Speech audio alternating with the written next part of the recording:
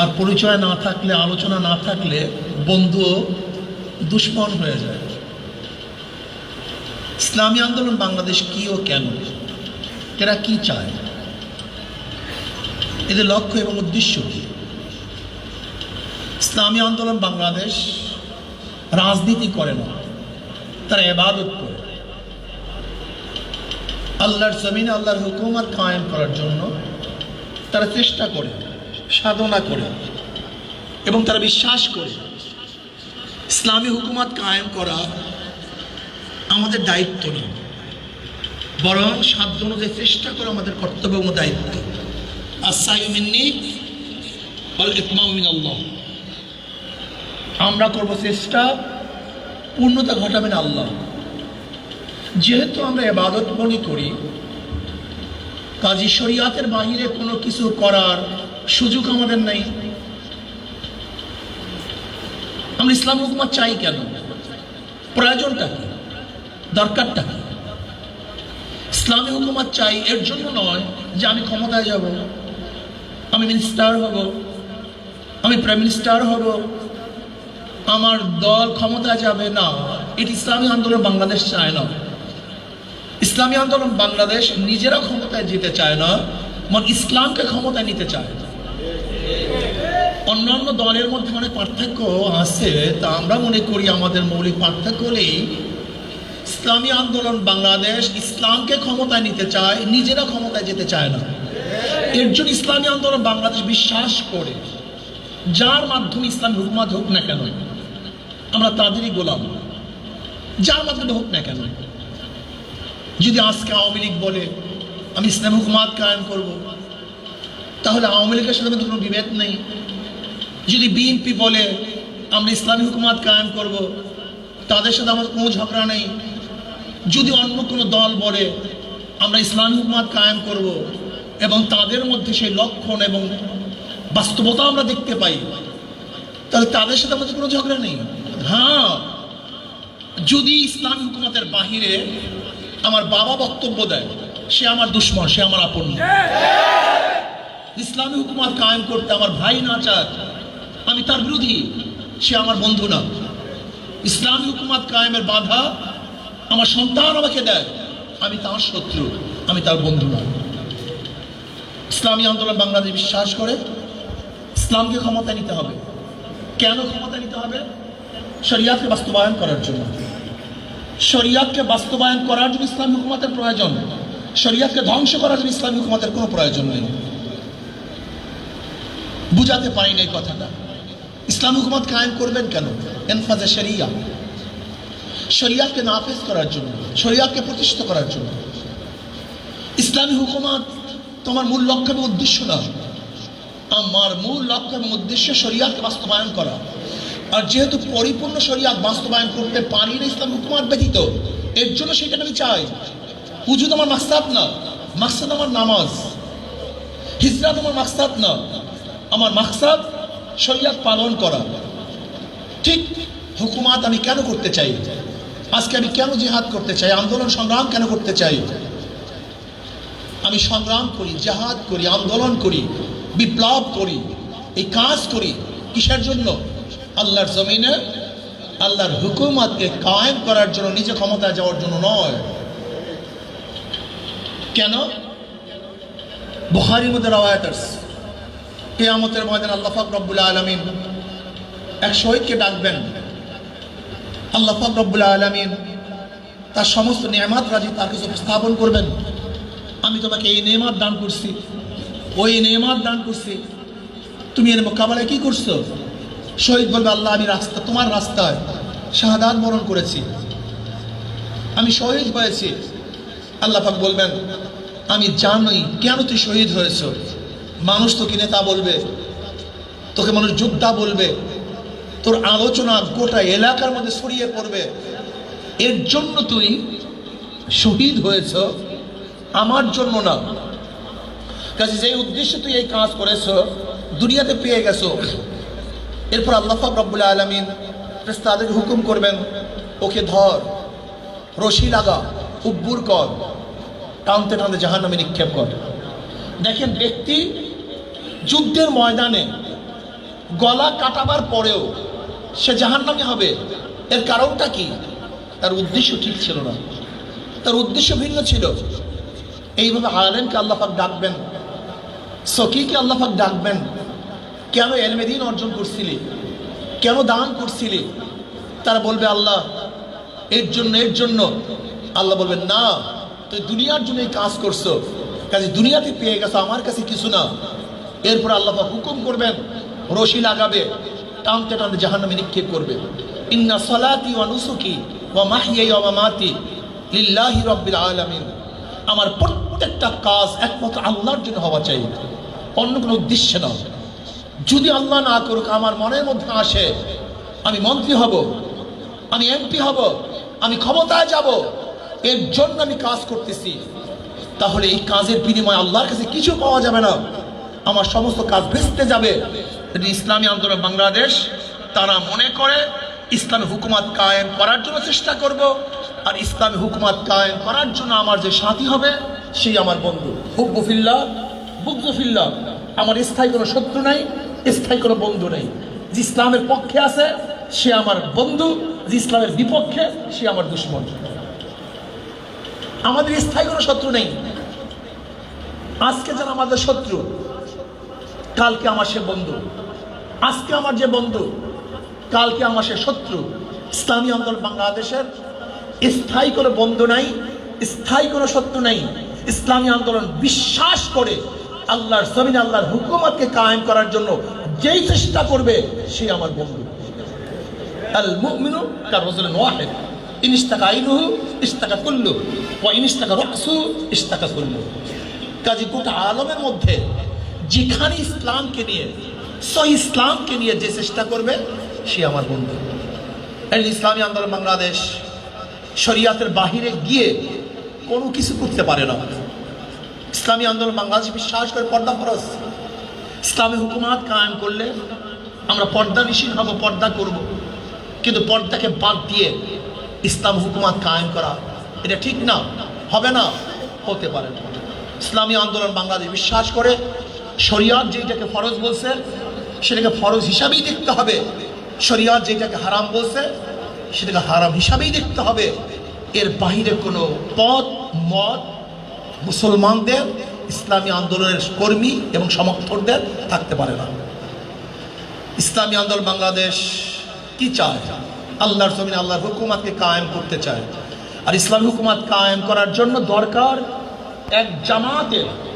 কেন? কিছু ইবাদত আছে, যে ইবাদতগুলি একা একাই করা সম্ভব, যেরকম নামাজ রোজা একা একা করে হয়ে যাবে। আবার কিছু ইবাদত আছে যেগুলি কিছু সংখ্যক লোকের দ্বারা আদায় করা সম্ভব, বৃহত্তম জনগোষ্ঠীর প্রয়োজন হয় না। যেমন জামাতের নামাজ আদায় করেন, জুমার নামাজ জামাতে আদায় করেন, জানাজার নামাজ জামাতে আদায় করেন। কিছু সংখ্যক লোকের দ্বারাই কাজটা সম্পূর্ণ করা সম্ভব। কিন্তু কিছু কাজ আছে, কিছু ইবাদত আছে যা একার দ্বারা সম্ভব না, সমষ্টিগত কিছু লোকের দ্বারা সম্ভব না। যেরকম আপনি বাংলাদেশ ইসলাম হুকুমাত কায়েম করবেন, এই ইসলাম হুকুমাতের জন্য একার দ্বারা সম্ভব না, কিছু লোকের দ্বারা সম্ভব না। ইসলাম হুকুমাত কায়েম করার জন্য দরকার বৃহত্তম এক জনগোষ্ঠীর, বিশাল এক কাফেলা, বিশাল এক জামাতের। এর জন্য ইসলামী আন্দোলন বাংলাদেশ খুঁজতেছে কোথায় আছে মণিমুক্তা, কোথায় আছে হীরকখণ্ড। জানি বিভিন্ন জায়গার মধ্যে মণিমুক্তাগুলি পড়ে আছে। ইসলামী আন্দোলন বাংলাদেশ ঘুরে ঘুরে সেই মণিমুক্তগুলি কুড়াবার চেষ্টা করতেছে। দেখি কোথায় আছে। আর নাসু মাআদিনু কামাআদিনিল যাহাবি আল ফিদ্দা। মানুষের মধ্যে তো খনি, মানুষের মধ্যে হীরার খনি, মানুষের মধ্যে স্বর্ণের খনি, মানুষের মধ্যে মুক্তার খনি। খেয়ারুন ফিল জাহিলিয়াতি খেয়ারুন ফিল ইসলাম ইজা ফাকিহু। ওমর ইবনে খাত্তাব রাদিয়াল্লাহু তাআলা আনহু জাহিলি যুগেও নেতা ছিলেন, ইসলামের যুগে তিনিই নেতা। খালিদ বিন ওয়ালিদ রাদিয়াল্লাহু তাআলা আনহু জাহিলি যুগে নেতা ছিলেন, ইসলামের যুগে তিনিই নেতা। আমি বিশ্বাস করি আজকে হাজারো মানুষ যারা বিপদগামী অবস্থায় আছেন, ইসলামের দাওয়াত না পাওয়ার কারণে তারা জাহেলদের সাথে, ওই ভ্রান্ত মতবাদের সাথে, আল্লাহর দুশমনদের সাথে হাঁটতেছে, চলতেছে। কিন্তু আমরা যদি তাদের কাছে দাওয়াত পৌঁছাতে পারি, অবশ্যই ওই মুসলমান বন্ধু আজকে জাহিলি যুগে বড় নেতা, ইসলামের পথে আসলে সেই বড় নেতা হয়ে যাবে। এর জন্য আমরা কাউকে ঘৃণা করি না, সবাইকে খুঁজতেছি কোথায় আছে মণিমুক্তা। ওমর ইবনে খাত্তাব রাদিয়াল্লাহু তাআলার কাছে, ওমর ইবনে খাত্তাব রাদিয়াল্লাহু তাআলার জন্য নবী আলাইহিস সালাতু ওয়াস আল্লাহর কাছে দোয়া করতেন, আল্লাহুম্মা আইজিল ইসলামা বিহাব্বি রাসূলিনা ইলাইকা মিন ওমর ইবনে খাত্তাব ওমর ইবনে হিশাম। আল্লাহ দুই ওমরের মধ্য থেকে এক ওমরের মাধ্যমে ইসলামকে শক্তিশালী করো। এই জন্য আমি মণিমুক্তা খুঁজতেছি, কোথায় আছে মণি মুক্তা স্বর্ণ। যেহেতু মানুষের মধ্যে স্বর্ণের খনি, মানুষের মধ্যে রূপার খনি, মানুষের মধ্যে মুক্তা আছে। ইসলামী আন্দোলন বাংলাদেশ কি চায়? ইসলামী আন্দোলন বাংলাদেশ চায় এই জাহিলি সমাজকে উৎখাত করে ইসলামী সমাজ কায়েম করতে। ডেমোক্রেসিবাদ, সোশ্যালিজমবাদ, ক্যাপিটালিজমবাদ, কমিউনিজমবাদ, এখানে চলবে একটা ইসলামীজম। ইসলামী আদর্শ চলবে এখানে, অন্য কোনো আদর্শ চলতে পারে না। আজকে আমাদের মুসলমানের হাজারো সন্তানরা আছে যারা সক্রেটিসের আদর্শ বাস্তবায়ন করতে চাই, প্লেটোর আদর্শ বাস্তবায়ন করতে চাই, মন্টেস্কোর আদর্শ বাস্তবায়ন করতে চাই, লক এবং রুশোর আদর্শ বাস্তবায়ন করতে চাই, আব্রাহাম লিঙ্কনের আদর্শ বাস্তবায়ন করতে চাই, কার্ল মার্কসের আদর্শ বাস্তবায়ন করতে চাই। অথচ আমি মুসলমান, নবী আলাইহিস সালাতু ওয়াস সালামের আদর্শের বাহিরে কোন আদর্শ আমি বাস্তবায়ন করতে পারি না, পারবো না। এর জন্য প্রয়োজন ঐক্যের। কিসের প্রয়োজন? ঐক্য ছাড়া হবে না। বলতে পারবো হুজুর ঐক্য তো করতে চাই, আপনারা তো ঐক্যের বাধা, আপনাদের কারণে তো ঐক্য হচ্ছে না। এটা ভুল। বরং আমরা সবচেয়ে বেশি ঐক্য প্রয়াসী, আমাদের তো ঐক্যকামী কেউ নাই। আব্বাজান রহমাতুল্লাহ আলাইহি বারবার বিভিন্ন মিটিংয়ে গিয়ে বলেছেন, আমি আমার দলকে ভেঙে দিলাম, আমার দলের প্রয়োজন নেই, আমার নেতৃত্বের প্রয়োজন নেই। আপনারা সবাই একত্রিত হয়ে পরামর্শ ভিত্তিতে যেই দল করবেন, যাকে নেতা মানবেন, সেইটি আমার দল, সে আমার নেতা। আব্বাজান এক জায়গায় বলেন নেই, বহুত জায়গায় বলছেন। এখন সেই নিজ আদর্শটা কি হবে? ওয়াতাসিমু বিহাবলিল্লাহি জামিয়াও ওয়ালা তাফাররাকু। আল্লাহর রজ্জুর উপরে আমাদের সবাই ঐক্যবদ্ধ হতে হবে, ইসলামের উপরে সবাই ঐক্যবদ্ধ হতে হবে, শরিয়াতের উপরে সবাই ঐক্যবদ্ধ হতে হবে। শরিয়াতকে বাদ দিয়ে ইসলামী আন্দোলন বাংলাদেশ কোনো অবস্থাতেই কারোর সাথে ঐক্য করতে পারে না, ঐক্য হবে না। বলতে পারেন হুজুর আপনারা ইরশাদের সাথে ঐক্য করেছেন, ইরশাদের সাথে আমরা ঐক্য করি নাই, বরং ইরশাদ আমাদের সাথে ঐক্য করেছেন। আমরা ইসলামিক সালভেশন আমরা কি করেছিলাম? ইসলামী জাতীয় ঐক্য ফ্রন্ট, ইসলামী জাতীয় ঐক্য ফ্রন্ট করেছিলাম। সেখানে ইসলামকে আগে লাগিয়েছিলাম, ইসলামী জাতীয় ঐক্য ফ্রন্ট। খেয়াল আছে আমি জানি না, জামাত জাতীয় পার্টি এবং ইসলামী আন্দোলনের সাথে কোয়ালিশন হয়েছিল, দল ভিত্তিক নয়, বরং উভয় দল মিলে একটা সংগঠন করা হয়েছিল, ইসলামী জাতীয় ঐক্য ফোরাম। সেখানে ইসলামকে আগে নিয়ে আসছি। শুধু কি তাই, সেখানে 1 নম্বর চেয়ারম্যান ছিলেন আব্বাজান রহমাতুল্লাহ আলাইহি, নেতৃত্ব অন্য কার কাছে দেওয়া হয়নি। এবং সব শারায়েত ছিল, সেই শারায়েত সম্পূর্ণ ইসলামী ভিত্তিক শারায়েত, অন্য কোনো শারায়েত ছিল না, শর্ত ছিল না। কাজে কেউ যদি মনে করেন আমরা জাতীয় পার্টিকে ঐক্য করছেন, না, বরং আমরা জাতীয় পার্টি মিলে ইসলামী জাতীয় ঐক্য ফরম গ্রহণ করেছিলাম এবং সেখানে নেতৃত্ব প্রদান করেছেন পিশা হুজুর চরমনাই রহমাতুল্লাহ আলাইহি। দেখেন আজকে আমাদের মধ্যে সমস্যাটা কি? আমাদের মধ্যে সমস্যা, কেউ বলে আগে এমপি হও তারপরে সব কিছু দেখো, আগে মন্ত্রী হও তারপরে ইসলাম হবে। আমরা বললাম না, আমরা দেখেছি অনেক আগের থেকে দেখেছি ইসলামকে বাদ দিয়ে শুধু ক্ষমতার ঐক্য যেখানে হয়েছে সেখানে ইসলাম ধ্বংস হয়ে গেছে। যাদের জন্য ঐক্য করছি তারা এস্টাবলিশ হয়েছে, ইসলাম বিনাশ হয়ে গেছে, ইসলাম ঠিক থাকে নেই। ইসলামী আন্দোলন বাংলাদেশ কি দেখেছে? এদেশে এক সময় জমিয়ত ওলামা ইসলাম ছিল, নিজাম ইসলাম ছিল অনেক দল, কিন্তু না, আমরা যে সিঁড়ি উঠছি আমাদের জমানায় সেই সিঁড়িকে ভেঙে দিয়েছি। ইসলামী আন্দোলন বাংলাদেশ কি চায়? ইসলামী আন্দোলন বাংলাদেশ চায় আমরা যে সিঁড়ি করব নিচে নামবো না, আর এক সিঁড়ি হবে, পরবর্তী প্রজন্ম করুক, আর এক সিঁড়ি হোক, পরবর্তী প্রজন্ম করুক, একদিন না একদিন মানজিল মাকসাদে পৌঁছতেই পারবো। কিন্তু আল্লাহ না করুক যদি আমি সেখানে ইসলামকে বাদ দিয়ে হঠাৎ করে ওঠার জন্য অন্য কোনো পদ্ধতি গ্রহণ করি, তাহলে সেখানে উঠা যাবে না, বরং পাও ভেঙে যাবে, আমি ধ্বংস হয়ে যাব। ইসলামী আন্দোলন বাংলাদেশ আলহামদুলিল্লাহ আস্তে আস্তে হাঁটি হাঁটি পা পা করে সামনে অগ্রসর হচ্ছে। আশা করি ইস্তেকামত থাকতে পারি, সেই দিন বেশি দূরে নয়, অবশ্যই অবশ্যই এদেশে একদিন ইসলামী হুকুমত কায়েম হবেই হবে ইনশাআল্লাহ। তাহলে কারণটা কি, যুক্তি কি? ইসলামী হুকুমত কায়েম করার জন্য সম্মিলিত লোকের প্রয়োজন, সব শ্রেণীর লোকের প্রয়োজন। আর বাংলাদেশে আমরা দেখছি আমাদের গবেষণায় ইসলামী আন্দোলন বাংলাদেশ এমন একটা সংগঠন, বাংলাদেশের সমস্ত পেশার এবং নীতির লোক এই সংগঠনে সংযুক্ত হচ্ছে। আওয়ামী লীগ, বিএনপি, জাতীয় পার্টি, সেখানে পাশ্চাত্য শিক্ষাবিদরাই বেশি অংশগ্রহণ করে, মাদ্রাসার শিক্ষাবিদরা সেখানে অংশগ্রহণ করেই না। যদি কেউ করে সেটা ভিন্ন কথা, আর আজকাল মাদুম।